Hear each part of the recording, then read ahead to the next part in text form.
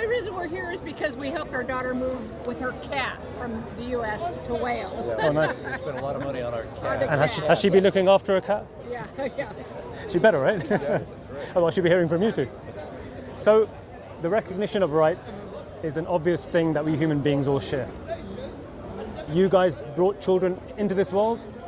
You guys immediately recognize that obvious innate right as parents that you owe your children something. You can't just abandon your children, let them go astray. If they're doing wrong, they'll find out. They're about to fall down the stairs, they'll find out the hard way. No, you're going to keep it within reason. You're going to try and keep things balanced. But you know within yourselves you have a responsibility. We're growing older, and hopefully we've brought our children up in a good enough way where they're going to reciprocate that when we grow old, right? Oh, for sure. Yeah, I mean the Arabs have this saying that you bring children into your life for two reasons: to carry on your genealogy, and when you get old, right? Yeah. So we hope. Well spoken. Yeah, we hope. But these are the obvious rights that we recognize amongst ourselves. What about the right between ourselves and God? God's rights upon us. I think if we were to look at the hierarchy in the grand scheme of things as theists, God would be at the top of the ladder. So then, going back to the question of our purpose in life, what is our purpose in life?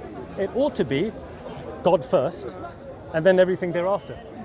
Because if we fail in our establishment of God's rights, and yet we're going outside, like a Mother Teresa, which and I give that in a good way, helping the old woman across the road, telling people to do right, but we're not right with God, there's a disconnect. There should be a level of hypocrisy there. That you're going to be going back to the source that brought you on this earth. You're telling everyone else to do right amongst themselves, but you're not doing right with God. So our purpose in the Islamic tradition is summed up in a verse in the Quran, which succinctly, I think, puts it beautifully. It says, God says, I have not created jinn, which is like an alternate form of life, like the angels, nor mankind, except that they worship me. That's it. And that worship, as we'll agree, can only be defined not by ourselves, but by God. He defines how we worship him. He defines himself, because as human beings, we want to know the object of worship that we're worshipping, right? It would be very hard for a human being to encompass what a deity is. The deity is all powerful. Or if the deity doesn't communicate with us in some meaningful way, right? Right. And we know that he has done that through the prophets and messengers. They were the closest to God. They were receiving direct revelation from God through Angel Gabriel. And so they were rectifying the greatest mistake that a human being could commit, which is a violation of God's right.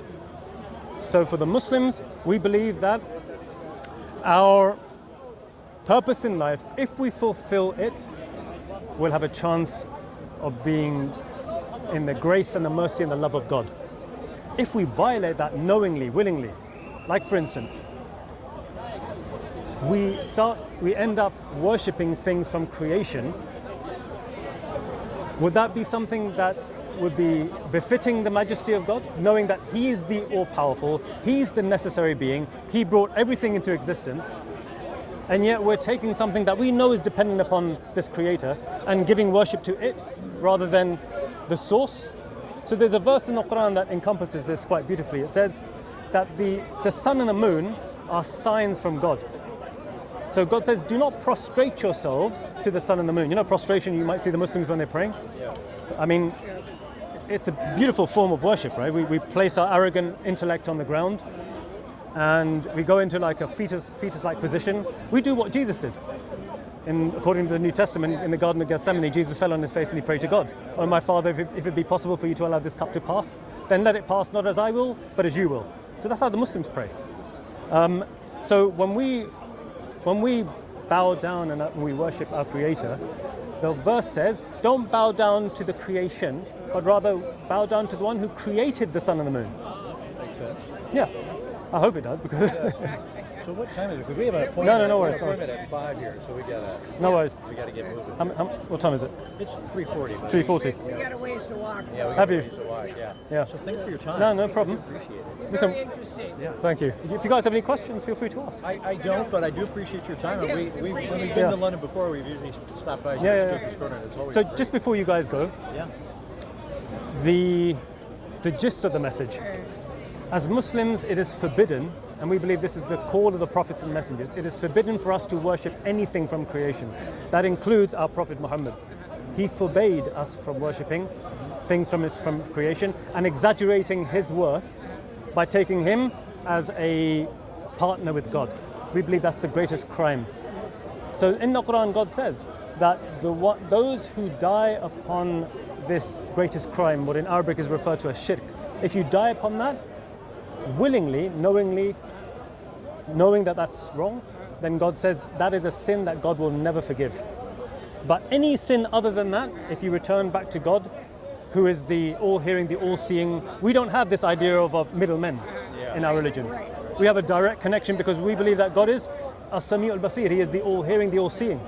So the all-hearing, the all-seeing, the all-knowledgeable, there should be a direct conduit between us fallible human beings and the one who is all-merciful, all-loving. So God says in the Quran, call upon me, I'll answer your call. All we have to do is make sure that that call is in the pristine, clean way, not tainted through lies or distortions. So as Muslims, the biggest difference between us and you, I think, would be that the Quran makes it explicitly clear to the Christians and the Jews, don't take things from creation, don't associate mothers, fathers, sons, daughters, angels, anything from creation with God. Come back to the true worship of God, which was the call of the prophets and messengers. That's the gist. Sounds good. Thank you again. Nice one, mate. Thank you. All the best, right? Take All the care. best. Have a good one.